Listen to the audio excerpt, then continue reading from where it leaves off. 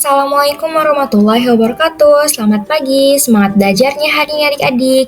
Di video kali ini kita akan mempelajari materi ekologi dan keanekaragaman hayati Indonesia IPA fase D kelas 7 Kurikulum Merdeka di part 5, keanekaragaman hayati Indonesia. Kira-kira apa perbedaan keanekaragaman hayati Indonesia dengan belahan dunia lainnya? Untuk menjawab pertanyaan ini, yuk kita simak video berikut. Indonesia merupakan salah satu negara dengan tingkat keanekaragaman hayati tertinggi di dunia. Banyak makhluk hidup khas yang hanya hidup di Indonesia, yang tidak ditemukan di belahan dunia lainnya. Yang pertama, yaitu persebaran flora dan fauna di Indonesia. Indonesia terkenal memiliki keanekaragaman hayati tertinggi di dunia.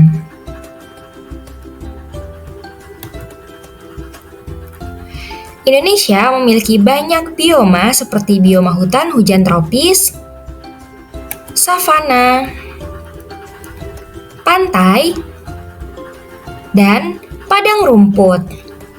Hal ini ditunjang oleh lokasi geografis yang terletak di garis ekuator yang menerima cahaya matahari sepanjang tahun dan curah hujan yang tinggi. Hutan hujan tropis di Indonesia terkenal memiliki tumbuhan endemik khas Indonesia, misalnya bunga Rafflesia arnoldi, meranti, cendana,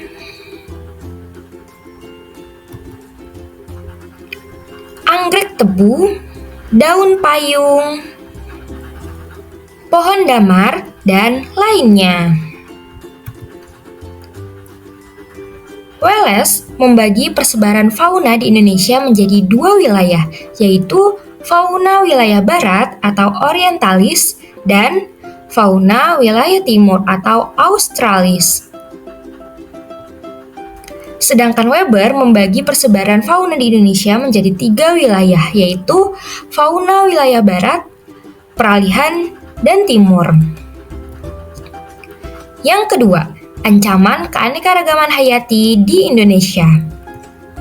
Banyak flora dan fauna khas Indonesia yang terancam eksistensinya akibat kegiatan manusia dan bencana alam. Seperti penggundulan hutan atau deforestasi, kebakaran hutan, banjir, dan kekeringan.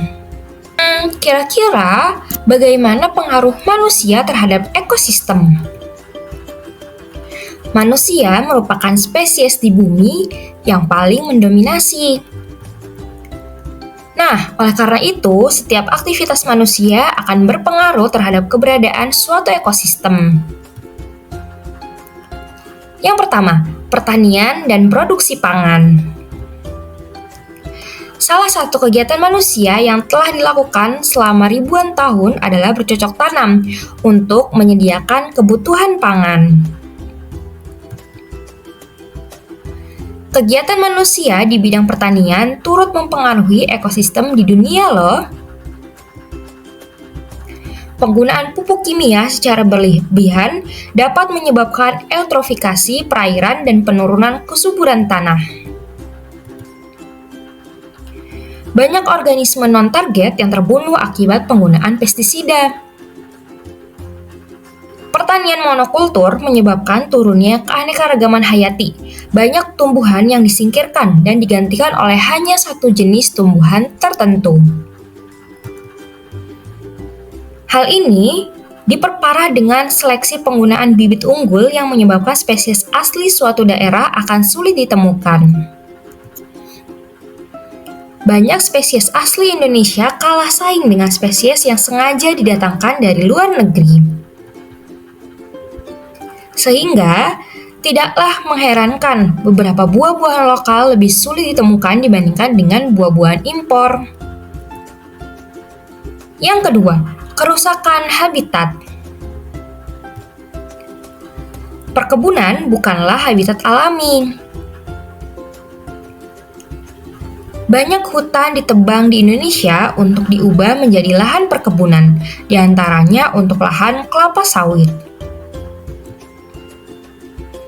Dampaknya, banyak jenis tumbuhan dan hewan yang terancam punah akibat kehilangan habitatnya. Alih fungsi lahan lainnya seperti pertambangan dan pembuatan permukiman turut serta menyebabkan kerusakan habitat. Yang ketiga, polusi. Polusi adalah masuknya zat-zat beracun ke dalam lingkungan sehingga mengganggu keseimbangan lingkungan alamiah.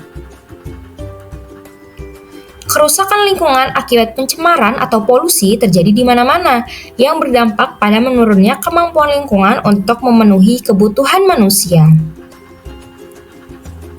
Bahkan, pencemaran dapat menimbulkan berbagai dampak buruk bagi manusia seperti penyakit dan bencana alam.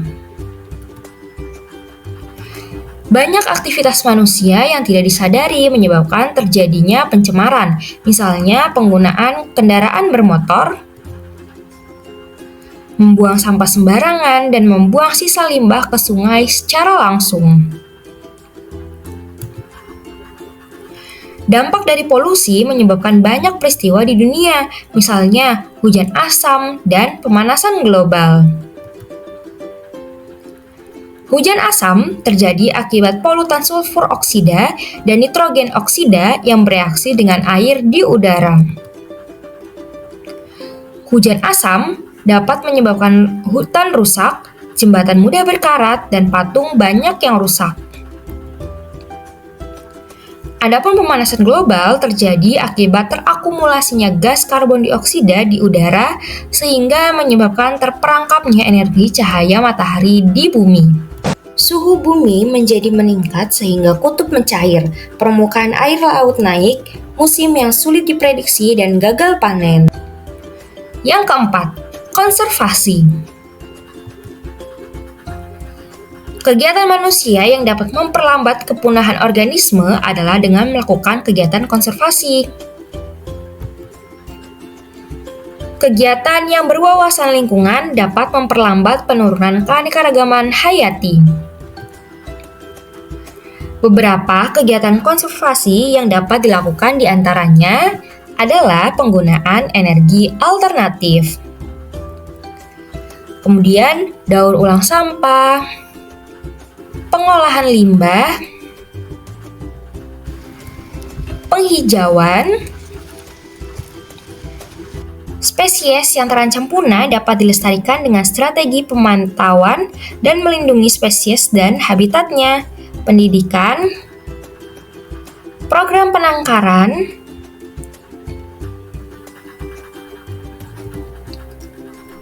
dan bank benih berbagai macam tumbuhan. Kenapa ya harus dilakukan konservasi keanekaragaman hayati? Yang pertama, manfaat dari konservasi.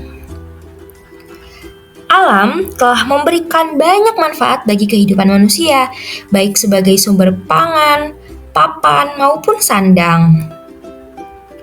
Namun demikian, manusia senang melupakan prinsip pengelolaan sumber daya alam. Pengelolaan sumber daya alam yang tidak bijaksana dapat menyebabkan kelangkaan bahkan kepunahan. Dampak lainnya adalah banyaknya terjadi bencana alam akibat kerusakan alam, misalnya banjir bandang dan tanah longsor yang merugikan manusia. Kelangkaan dan kepunahan berbagai spesies sangat mempengaruhi keberlangsungan hidup manusia. Dari permasalahan tersebut, diperlukan upaya yang dapat melestarikannya. Upaya tersebut menerapkan konsep mutualisme antara manusia dan alam yang selanjutnya dikenal sebagai konservasi. Konservasi adalah pengelolaan sumber daya alam hayati yang dilakukan secara bijaksana untuk menjaga kesinambungan persediaan hayati dengan meningkatkan dan memelihara kualitas keanekaragaman nilainya. Konservasi merupakan suatu kegiatan manajemen antara kehidupan manusia dengan sumber daya alam agar tercipta kehidupan bisa tetap dipertahankan dan dilestarikan. Manfaat konservasi dapat dilihat dari aspek ekologi dan ekonomi. Manfaat secara ekologi adalah terlindunginya keanekaragaman hayati melalui keseimbangan ekosistem, sehingga terbebas dari ancaman kepunahan. Keseimbangan ekosistem yang tercipta dapat menghindarkan manusia dari bencana dahsyat seperti banjir bandang dan kekeringan. Manfaat secara ekonomi adalah tersedianya sumber sandang, sumber pangan, dan sumber papan yang berkelanjutan. Selain itu, jika dikelola dengan baik, maka dapat dijadikan sebagai sumber penghasilan, misalnya dijadikan sebagai tempat ekowisata. Yang kedua, metode konservasi. Secara umum, metode konservasi lingkungan dibagi menjadi dua, yaitu konservasi secara in situ dan secara ex situ. Metode konservasi in situ adalah upaya pelestarian keanekaragaman hayati baik berupa flora maupun fauna yang dilakukan di habitat asli spesies tersebut. Lingkungan yang akan menjadi lokasi konservasi harus masih berada dalam kondisi yang layak dan terjaga untuk dihuni oleh spesies tersebut. Kawasan yang berfungsi sebagai lokasi konservasi secara in situ antara lain yaitu Suaka Marga Satwa, Cagar Alam, dan Taman Nasional. Tujuan penetapan kawasan konservasi adalah untuk mengurangi resiko kerusakan pada habitat tertentu, sehingga tidak mengancam kelangsungan hidup flora dan fauna. Spesies yang ingin dilestarikan adalah makhluk hidup yang mempunyai karakteristik unik. Konservasi in situ dilakukan jika jumlah spesies yang akan dilindungi terlalu banyak dan tidak mungkin untuk dipindahkan. Selain itu, ada spesies yang beresiko mati jika dipindahkan dari habitat aslinya, sehingga cara terbaik adalah dengan konservasi di habitat aslinya. Maka dari itu, lingkungan tersebut harus dijadikan sebagai kawasan konservasi. Metode konservasi ex situ adalah upaya pelestarian keanekaragaman hayati yang dilakukan di luar habitat aslinya. Lingkungan konservasi secara ex situ merupakan lingkungan buatan manusia.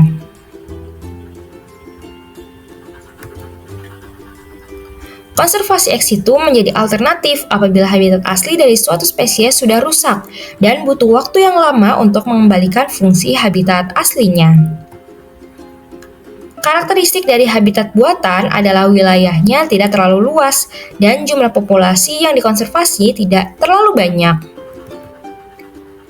Lokasi pembuatan habitat buatan berdekatan dengan permukiman manusia, sehingga spesies yang dikonservasi tidak dibiarkan secara liar. Konservasi secara ex situ dibuat semirip mungkin dengan habitat aslinya, agar tingkat keberhasilan konservasi tergolong tinggi. Contoh bentuk konservasi ex situ adalah penangkaran dan kebun binatang. Nah, setelah mendengar penjelasan-penjelasan sebelumnya, sekarang mari kita uji kemampuan kalian.